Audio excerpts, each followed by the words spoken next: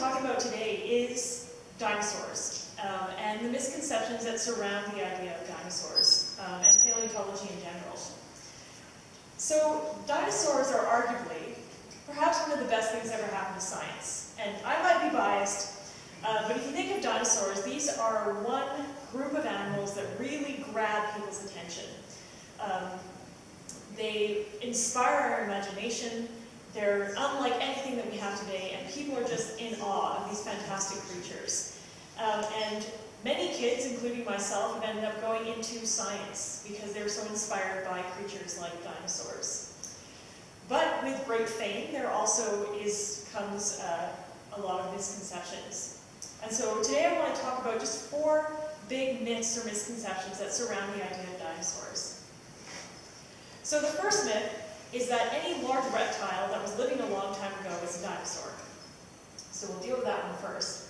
The second myth is that all dinosaurs were big scary monsters. The third myth is that we could bring dinosaurs back if we found enough mosquitoes in Myanmar. So I don't want to break anyone's heart here, but that is a myth. And the fourth myth is that paleontology as a science is all about dinosaurs. So these are the 4 big myths that we'll be talking about today. But before I dive into these, I just want to talk a little bit more about where these myths come from. So where do we get these misconceptions that surround the idea of dinosaurs? Well, the first culprit is movies and television. So almost as soon as people found a way to put dinosaurs into movies, dinosaurs were in the spotlight. And so the first way this was done was with stop-motion animation and with claymation. So movies such as The Valley of Iguanodon in 1969 and 1 Million BC in 1966, these were hugely successful movies that combined dinosaurs and cavemen. So this was really the first time that dinosaurs had made their debut in the movies, and they were very, very popular. Now since then, of course, dinosaurs have come a long way in the movies. The classic dinosaur movie pretty much of all time is Jurassic Park. I remember when this came out, I was 10 years old, and it was the first time that someone had actually made dinosaurs look like real animals. So this was a huge step in terms of dinosaurs in the movies. And since there's been other movies, for example, Disney's Dinosaur also has got these CGI dinosaurs that look relatively real. So what are dinosaurs doing in television and the movies? Well, for the most part, they're fighting each other. Or, well, they're fighting people, they're fighting each other, they're fighting various other non-human primates. So dinosaurs in the movies tend to be quite violent. However, this is not always the case. There are some very nice dinosaur movies that are made for kids. This, of course, is the classic Land Before Time.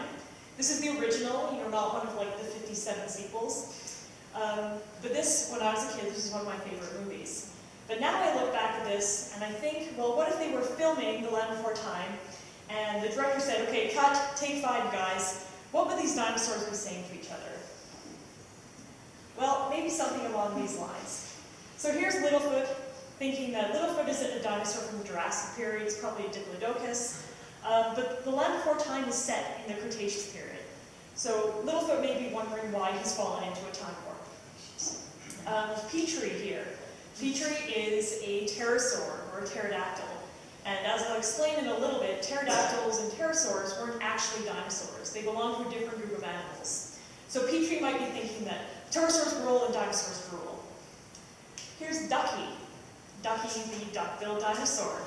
You may notice that Ducky has got eyelashes. So eyelashes are a type of hair, and only mammals have hair. So it's distinctly unusual for a dinosaur like Ducky to have hair. So she might be looking for a mammal who's out there who might share their mascara with her. Spike.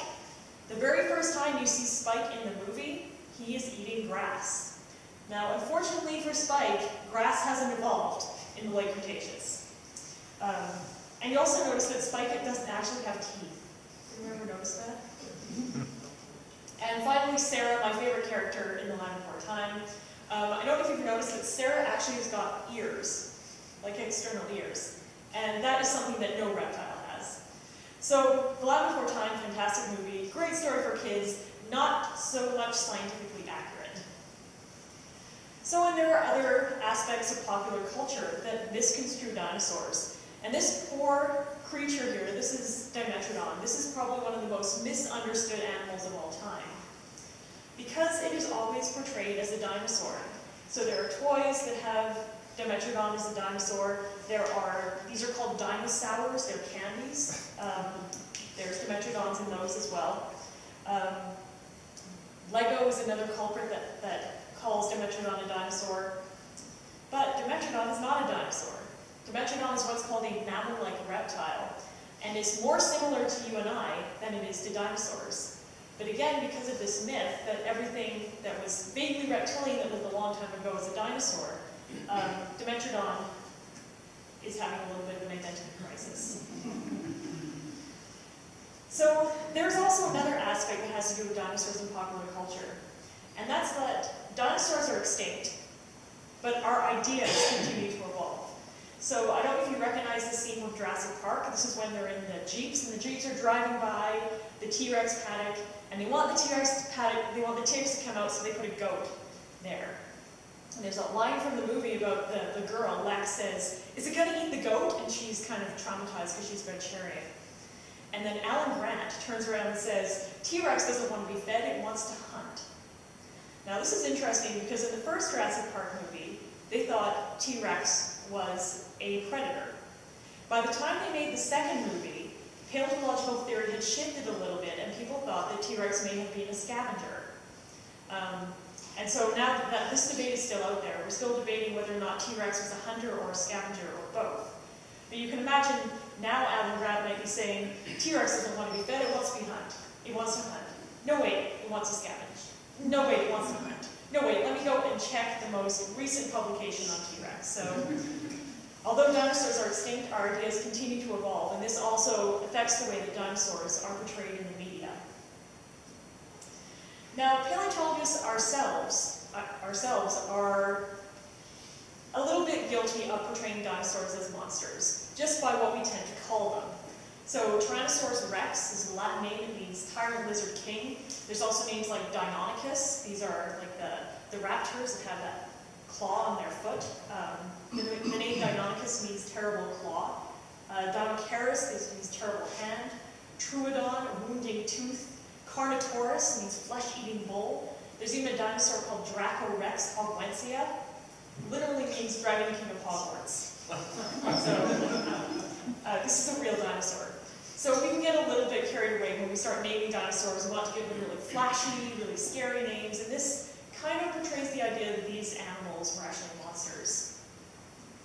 But not always. Sometimes we have little lapses where we call dinosaurs things like Bambi raptor. Again, another real dinosaur. This is a small theropod, so it was only about that big, and it was probably feathered. And this is a reconstruction by a paleo artist, and this is a reconstruction by someone who is taking Disney a little bit more to heart. So we can name dinosaurs things that make them seem really scary. We can also name them things that make them seem a little less scary. So let's go into myth number 1. A dinosaur is any reptile that lived a long time ago. So now I have a little bit of a pop quiz for you. So it's not a true or false, but it's one that you can sort of think about a little bit. So on the screen here, there are pictures of 5 animals.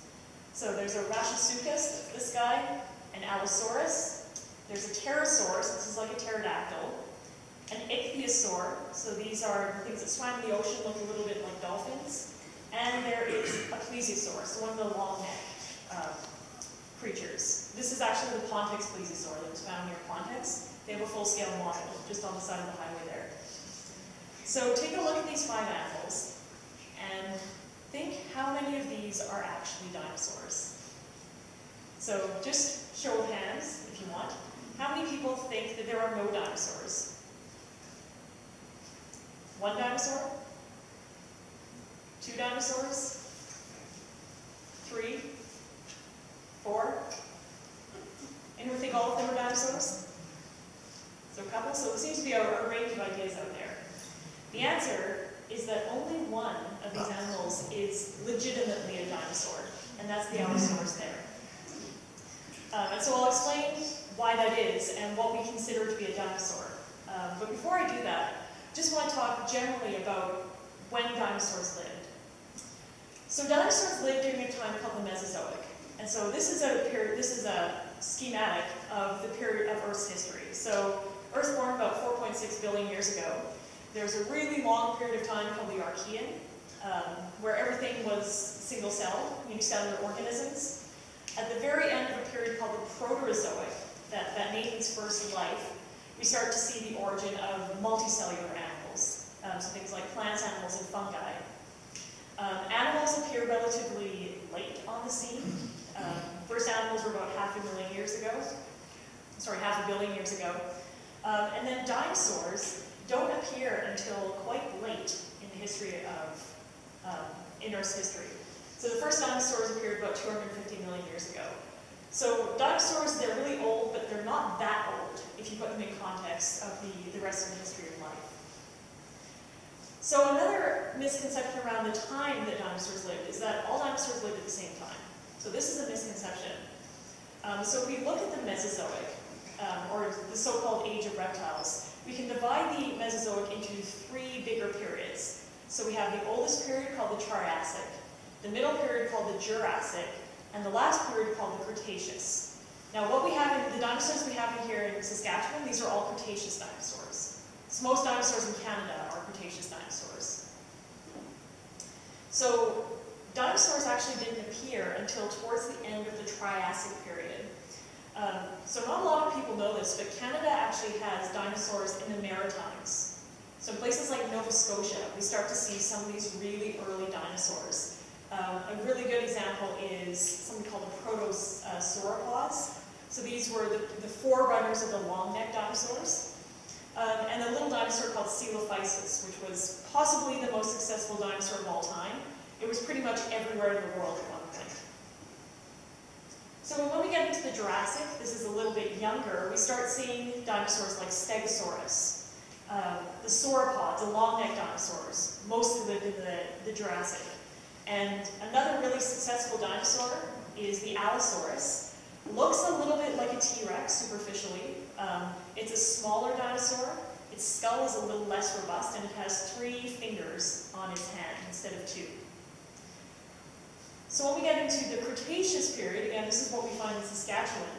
We get more of the horned dinosaurs, like Triceratops, the Tyrannosaurids, so Tyrannosaurus rex, and the dinosaurs that looked like it are in this period, and also these, what we call small theropods, and things like the velociraptors lived in this period as well.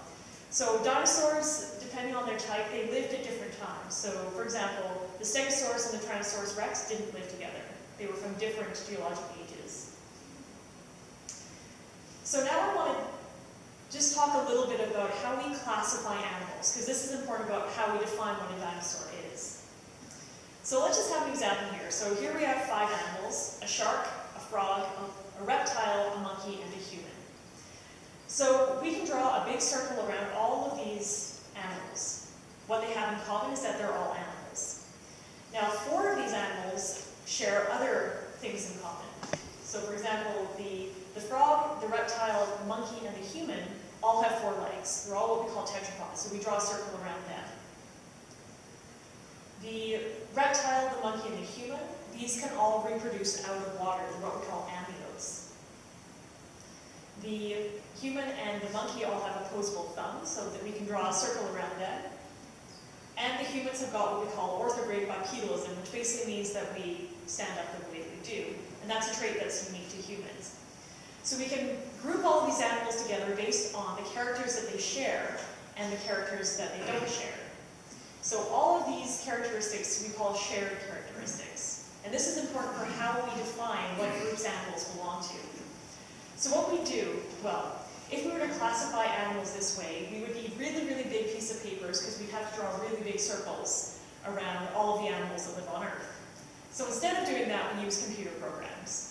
So what we do is we take these relationships and we put them into a tabular form. So this chart is exactly the same as what that previous image did, only now we're using 1s and 0s. So for example, all of these animals here are animals, so they all get a 1 in this column. These 4 animals animals have 4 limbs, so they get a 1, but the fish, which doesn't have 4 limbs, gets a 0. So this is just basically putting all those characteristics into a binary table. So what we then do is we take that table, we put it into a computer program, and we draw basically a map that shows this relationship. And this is called this particular map is called a phylogeny. And it's of particular groups that share special characteristics, which we call monophyletic groups. So if this diamond here represents the first time that an animal existed, everything that came after this diamond is an animal. So if we were to put a diamond on this map about animals, the first time that anything had 4 legs, it would be this particular ancestor and everything that came after it. We could do the same thing if they reproduce out of water, if they're amniotes. So this would be the very first time an amniote appeared. So everything that came after that is considered an amniote. We can do the same thing with the opposable thumbs. So this is the first time opposable thumbs appeared, and everything that comes after that have got opposable thumbs. And we can do the same thing with bipedalism. So this is basically how paleontologists and biologists build what we call phylogenies. And phylogenies tell us how animals are related to one another. So here's another just fun example of that. This is the phylogeny of mammals. So we know all mammals produce milk, all mammals have hair, and all mammals are warm-blooded. So all the mammals share these characteristics is represented by that red rectangle. Now we know that originally mammals came from a reptilian type ancestor, so originally mammals laid eggs. Mammals laid eggs. And there are still some mammals around today that lay eggs. They're what we call the monotremes, so things like platypus and the echidna. So everything that comes after this point produces milk, has fur, and is warm-blooded, and also lays eggs. So the first group to come off is the monotreme. Now a little bit later on, mammals evolved live birth, so what we call viviparity. So everything that came after this point has got live birth. Now we know that some mammals have got pouches, like marsupials, things like kangaroos and koalas. So this is everything that comes after this point is a marsupial. And then we have the mammals that we call placental mammals, so things like humans, gym bunnies, normal bunnies. So this is a phylogeny of mammals. Now let's say that we want to put Easter bunnies on this phylogeny. A little bit problematic. Easter bunnies look like normal bunnies, but they lay eggs. So where would we put them on this phylogeny? And you can tell that I've actually conveniently left a spot for them. So this is my theory about where Easter bunnies come from. Say that they are most closely related to platypuses because they have all of these characteristics, but they still lay eggs. And the thing that makes Easter bunnies special is they have this special gene that turns eggs into chocolate. So this is my hypothetical example of where the Easter bunny comes from. But this is just a cool example of how phylogenies work. And where when we find a new animal, so for example, if we find a new dinosaur, we would do exactly this. We would figure out what characteristics they have in common with other dinosaurs and what makes them special. And that's how we would know where they fit in the phylogeny. Now when we're talking about dinosaurs belong to a group, as I was mentioning, called the amniotes. So they could reproduce outside of water. So similar to mammals and modern reptiles. So one of the really key characteristics in classifying amniotes, now this sounds kind of weird, but it has to do with how many holes they have in their skull. So these particular holes are called postorbital fenestra. And all that means is that postorbital means behind the eye, and fenestra means hole. So there are basically 4 types of amniotes. You can have amniotes that don't have any postorbital fenestra. So you can see this is the eye, and there's no holes in the back of the skull. So these are called anapsids, and a turtle is an example of a modern anapsid. You can have animals that are synapsids, so they have 1 hole behind their eye. So again, here's the eye, and that's 1 hole behind the eye. So you and I are synapsids, and you might not think that you have a hole in your skull. It's hard to tell in humans because we have flat faces, but if you find your cheekbone, there is actually a hole or a space between your cheekbone and the rest of your skull wall, and that's your postorbital fenestra. So humans are anapsids along with all other mammals. You can also have diapsids. So these are animals that have two holes behind their eyes, and this is the group that dinosaurs fit into. And then you have this weird group that are called the urapsids. So these are animals that initially had two holes, but they've secondarily lost a hole as well. So it looks like they only have one, but they originally had two. And you'll note that the hole is actually different in synapsids and urapsids. So these are the four major groups of amniotes that we find both today and in the fossil record. So this is just an example of what those holes actually look like in real life. So dinosaurs, as I mentioned, diapsids, they have two holes. So you can see the two holes here. This is a lizard skull. Lizards are also diapsids. You can see the two holes there. Synapsids, all mammals are synapsids. They only have one hole. So this is a deer skull. That's the postorbital fenestra. And so I was mentioning in humans, the postorbital fenestra is actually behind your cheekbones. And this is an example of a turtle skull. So turtles are anapsids, and they have no postorbital fenestra. So when we're classifying dinosaurs, we have an ancestor that was either a diapsid that had two holes in the skull or a urapsid. And based on that, we had three groups that came out of this ancestral form. We have what are called the archaeosauromorphs, which include dinosaurs. They also include modern birds and modern crocodiles. We have a separate group called the lepidosauromorphs, and these are modern reptiles, so snakes and lizards, as well as the long-necked plesiosaurs, so these kind of marine reptiles. And there's a weird group called basal diapsids, and this is where those ichthyosaurs, those dolphin-like marine reptiles fit.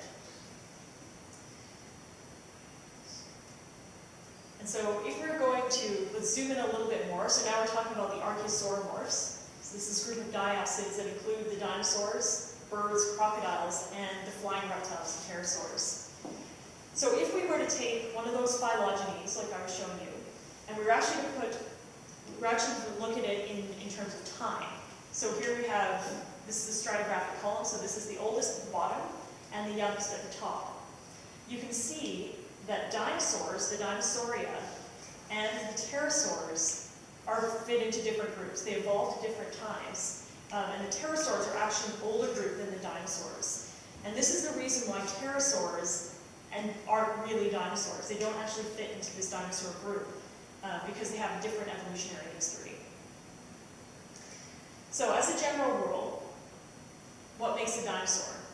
Well, all dinosaurs are diapsids. So you remember that Dimetrodon I was showing you, the one that had the fan on its back, that had the identity crisis?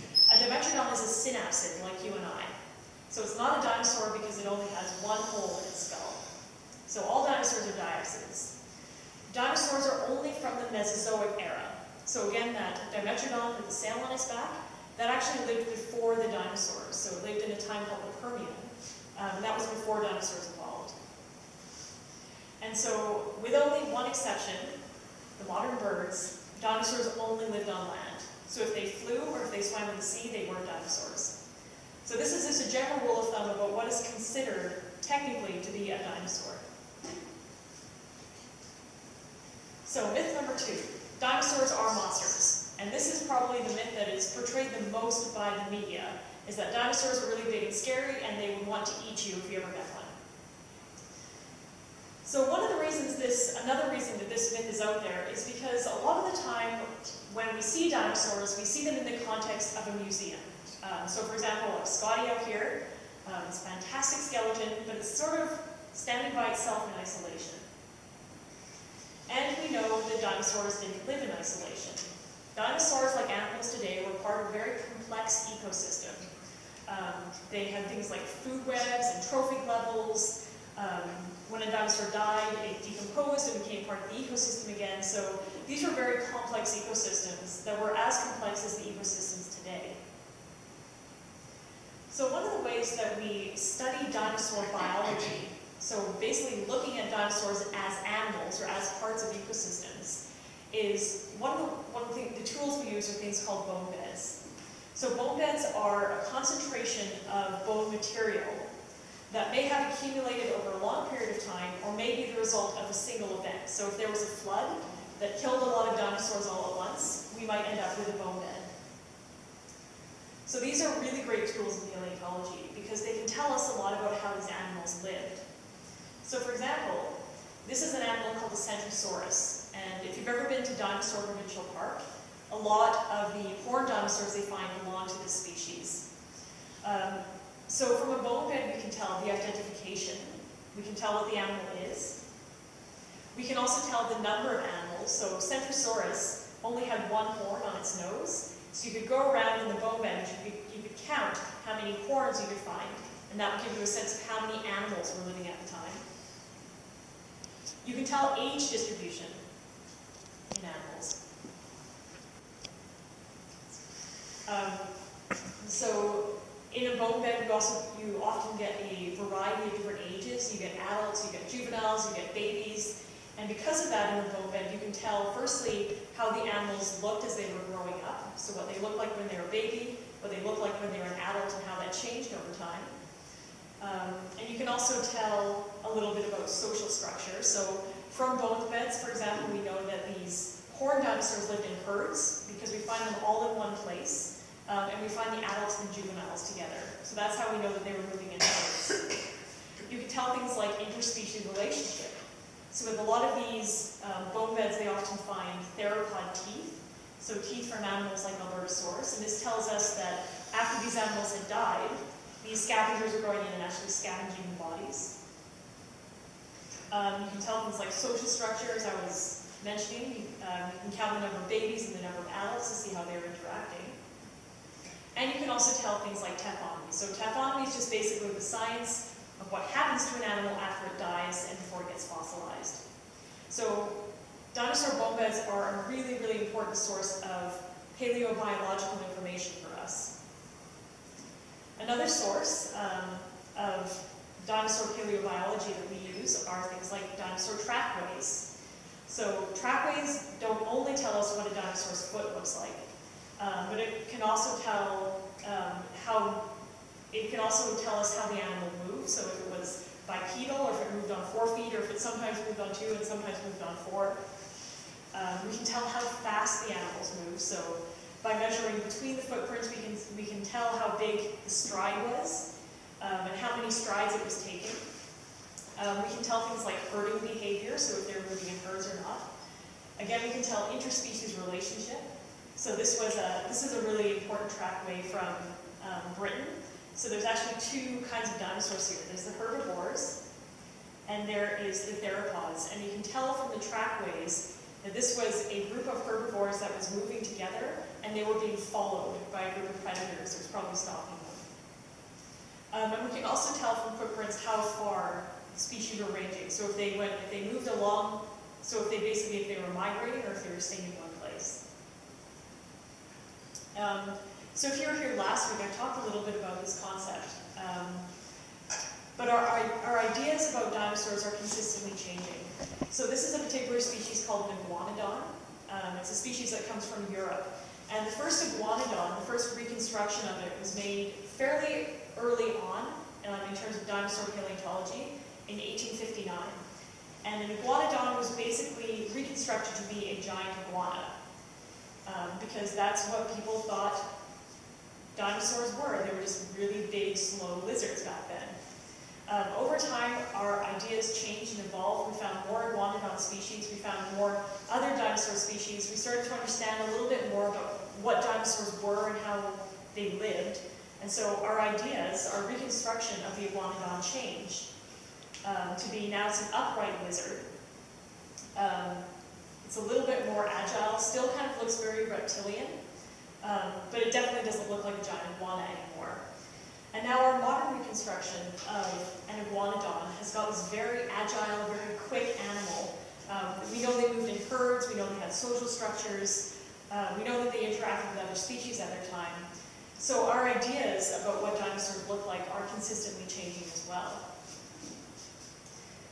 So in terms of dispelling this idea that dinosaurs are monsters, we're trying more and more to view them as animals in an ecosystem. And this is a relatively new field called Paleo Ecology. So paleoecology is basically a combination of two fields. Paleontology, or the study of ancient life, and ecology, which is the study of the interactions between organisms and their environment. And so paleoecology is the study of the interactions between ancient or fossil organisms and their paleo environments. And this is a field that's very dear to my heart. This is actually what my PhD was on. I was looking at lots of very small vertebrate fossils, so things like dinosaur teeth, fish vertebra, crocodile teeth, little bits of turtle shell. And what I was doing was taking all of these little fossils, so thousands of them, and trying to reconstruct the ecosystem to tell what the environment that dinosaurs were living in was like. And I was actually looking at the paleoecology right before the dinosaur mass extinction. So if you want to hear about that, come to next lecture, because that's the topic of next lecture. So basically, for now, succinct to say that paleoecology is telling us a lot about how dinosaurs lived as animals in very complex environments. So that sort of dispels the idea that dinosaurs were monsters. They weren't monsters, they were animals just like we have animals today. So myth number 3. We could bring dinosaurs back if we found enough mosquitoes in amber. Now, I'll just preface this by saying that Jurassic Park is still my favorite movie of all time. It is a fantastic movie, it's a fantastic story, it is great science fiction, but it is fiction. So it's fiction for a number of reasons. So, first reason, DNA is a biological molecule, and just like any other biological molecule, it breaks down over time. So information in DNA is lost after about 150,000 years. So while we can get it out of mammoths frozen in ice, we definitely can't get it out of dinosaurs. We would need like a billion fossil mosquitoes in order to get just a fragment of the DNA that we would need to reconstruct an entire dinosaur genome. So there just isn't enough mosquitoes out there. Another problem, mosquitoes would not likely have fed exclusively on dinosaur blood. So if you could get DNA out of a mosquito to reconstruct an animal, you wouldn't just get a dinosaur. You'd get a dinosaur that's sort of mixed with a mammal and a crocodile, and you basically wouldn't get just a dinosaur. Another problem, it would be really hard to separate the dinosaur DNA from the blood the mosquito had sucked from the mosquito DNA.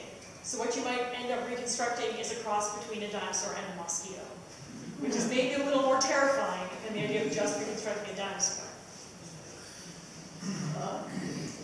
And finally, I understood why they did this in the movie, but if you were going to fill in the gaps in a dinosaur genome, you would not use frog DNA. Frogs are amphibians, dinosaurs are reptiles. So you'd want to use something like a bird or a lizard or a crocodile to fill in those gaps. So this is the reason why Jurassic Park is fiction. Again, really good fiction, but it is fiction. But, so what would you do now if you really wanted to build a dinosaur? Well, there's this field of science out there. This is actually what my past PhD supervisor was working on. And they're calling it revolution. So this is basically re-evolving a chicken genome or an avian genome back into a dinosaur. So this is the idea that very occasionally you get chickens that are born with teeth. This is what we call an evolutionary throwback or an atavism. That happens because birds, which evolved from dinosaurs, originally had teeth. And so sometimes the gene that suppresses the tooth formation in birds isn't suppressed, and you get a bird that grows teeth. So the idea of revolution is to take this chicken genome and to engineer it so that you can get some dinosaur traits back. So things like teeth, things like hands on the wings, and also tails. So birds don't have bony tails anymore, but if you can find the gene that will grow a tail, you can suppress the gene that suppresses it, and then you get a tail growing in a bird. So Jack Horner, a paleontologist from Montana, he wrote this book called How to Build a Dinosaur, and this is the idea of revolution. The pet project name is the Chickenosaurus. So I should mention that if they actually did manage to grow a dinosaur, it wouldn't be able to hatch, it wouldn't be viable. So the idea is just to try and understand how the evolution from dinosaurs to birds went, not actually to recreate a dinosaur. We hope. So myth number 4 is that paleontology as a science is all about dinosaurs. Now, while a lot of paleontologists do study dinosaurs, paleontologists also study a lot of other things. So as I mentioned, paleontology, this is the study of ancient life through fossils. And it's actually quite a broad field. We can talk about paleobiology, paleoecology, paleoclimatology, paleobotany, the study of fossil plants, palynology, the study of fossil pollen, paleolimnology, this is looking at ancient lake sediments, evolutionary biology, developmental biology, biostratigraphy, oil exploration. These are all fields that involve paleontology. So paleontology is actually quite a diverse and far-reaching science. The other reason why paleontologists don't just study dinosaurs is because there's a lot of time out there. There's a lot of time in the history of life that didn't involve dinosaurs. So again, this is the part in the history of life that involved dinosaurs. There's all this time for paleontologists to study as well. And it turns out that Canada is a really fantastic place to be a paleontologist because we have got fossil sites from all of these different geologic ages. So for example, if you were to go to Slave Lake, on the northern bank of Slave Lake, there's a locality called the Gunflint Cherts. And this is from the Archeans. These are single-celled organisms. These are some of the oldest found in the world and found right here in Canada. If you were to go to the eastern coast of Newfoundland, we have a fossil locality called Mistaken Point, which is the cusp between that unicellular life and that multicellular life. So the very first multicellular animals on the planet are found right here in Canada. If you go to the Burgess Shale in British Columbia, there is a fossil site that preserves the earliest animals. Not quite the earliest ones in the world, but among the earliest animals on the planet. Miguasha is a site in Quebec. This preserves animals from the time when fish were coming onto land. So another really important fossil locality in Canada. Joggins, Nova Scotia. This is a point where animals went from being dependent on water, so being amphibious, to being reptiles. So Joggins preserves some of the oldest amniotes in the world. And of course, if we were to talk about dinosaurs, Dinosaur Provincial Park is one of the finest dinosaur localities anywhere in the world. And of course, Saskatchewan is a fantastic place to study dinosaurs and Cretaceous paleontology as well as paleontology of mammals. We have a lot of mammals here, and the older localities as well. So of these Canadian fossil localities, 5 of them are so important to global paleontology that they've been listed as UNESCO World Heritage Sites. So Canada, bottom line, is a very great place to be a paleontologist.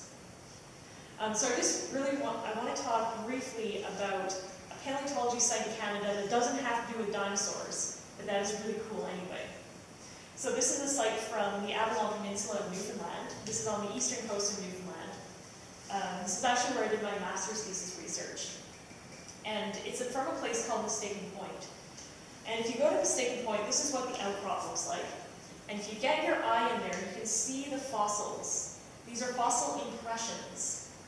And these are of soft-bodied organisms. So organisms that didn't have bones, didn't have teeth, didn't have shells. They were completely soft. And there are so many fossils on this particular outcrop that you can't walk on the surface without stepping on fossils. And what's really neat about this locality is you can see there's 2 different kinds of rocks. There's the pink brownish rock, this is mudstone, and there's the gray rock, which is volcanic ash. So how these fossils were preserved was that they were living on the seafloor, and there was a volcanic eruption somewhere offshore, and that volcanic ash was brought down by sea currents, and it covered the entire paleo community. So what we have is a whole paleo community of these organisms that are so old, they're not plants, they're not animals, they're not fungi, they're something completely different, preserved in a snapshot of time. So this time period is called the Ediacaran. So this locality has been called the Ediacaran Pompeii.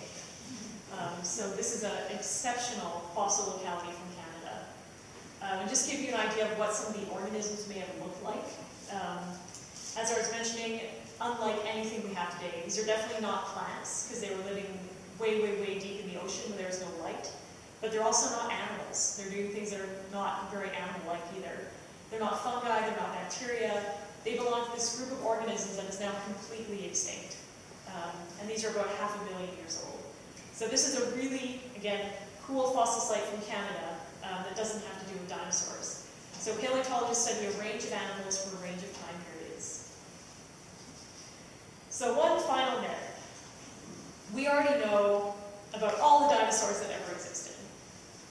And this, of course, is a big myth, because every single summer we go out looking for fossils, and every single summer we find new species, new dinosaurs, new research going on about the environments that the dinosaurs lived in. So for sure, there is so much more that we haven't found yet. And with that, I'd like to thank you all again for coming and for listening. And to mention for you, those of you who are going to be around, the next lecture is May 16th. And this is called Saskatchewan's Paradise Lost and Found. So thank you very much. And if you have any questions, I'll be happy to answer them.